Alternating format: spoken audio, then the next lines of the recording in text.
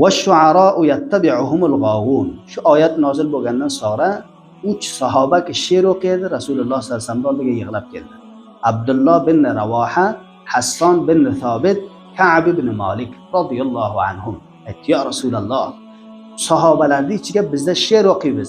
Alloh taolo aytadiki, she'r o'qiyotgan kishilarni fayravlik qilayotgan al-g'ovun, insonhoy botil, insonhoy gumroh, insonhoy dol, shuna fayravlik qiladi." Hazrat payg'ambar islom aytdilarki, "Na, idomai oyatga bir mutoji bo'linglar. Tahriki shahvat bo'lmasin. Jonim qara ko'z yo falon bu narsalar na, hargiz bo'lmasin." Agar shu gapni aytdi, gunoh bo'ldi. Ikkinchi ma'nosi shudiki, she'r o'qiyotgan kishi o'sha narsasiga amal qilsin. Jonim fidoyat yo Rasul. She'r o'qiydi, oyog'idan tutib to boshigacha qarang, she'r o'qiyotganda xilofi sunnat. Oyog'idan tutib to boshigacha xilofi sunnat Rasululloh sallallohu alayhi vasallam she'rni o'rgan nag'ma qilib o'qiydi-ki, jonim fidoyat yo Rasul. Andar sabohi mardon bo'yi Muhammad omad. Bu she'rni o'qiydi, erta tarafdan tobahol umringizga ko'rganingizdek saboh ertalikka namoz jamoatga kelganmiz. Uchinchisi shudiki, xilofi Qur'on va xilofi sunnat o'rniga kalimat aylantirmasin.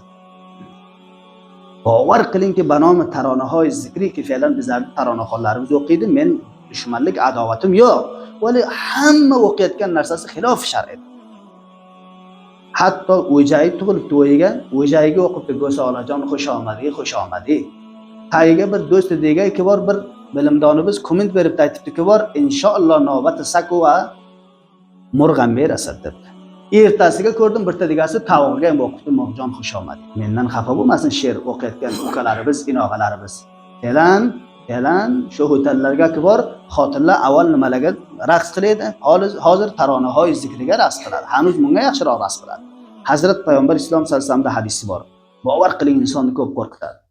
Aytdilarki, Imom Buxoriy rahmatullohi alayhi Hazrat Abu Hurayra radhiyallohu ta'ala anhudan rivoyat qiladi.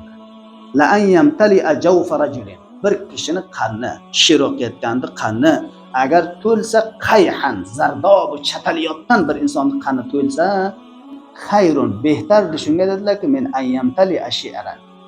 She'rhoy bema'nodan, so'zi surudlardan qannini ichi to'lgandan ko'ra aytdilarki bor, nimadan to'lgani yaxshidir? Zardob va chataliyotdan to'lgani yaxshi.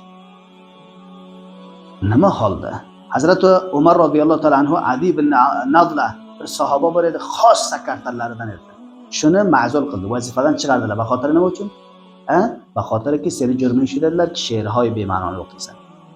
Necha sharoitlari bor ekan. Bittasi tahrik bo'lmasin, shahvat boshqani, ikkinchisi ta'an bo'lmasin, uchinchisi kalimat behuda va bema'no bunga nima qilmasin, aytilmasin. She'r zebish beradi kimga?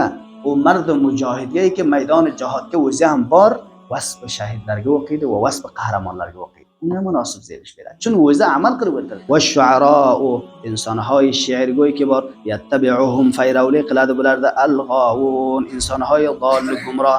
Alam tara aya ko'rmadingizmi payg'ambar, annahum fi kulli wadin yahimun. Ular har bir dasht biyobonlarga yahimuni sargardonda va annahum yaquluna ma la yaf'alun.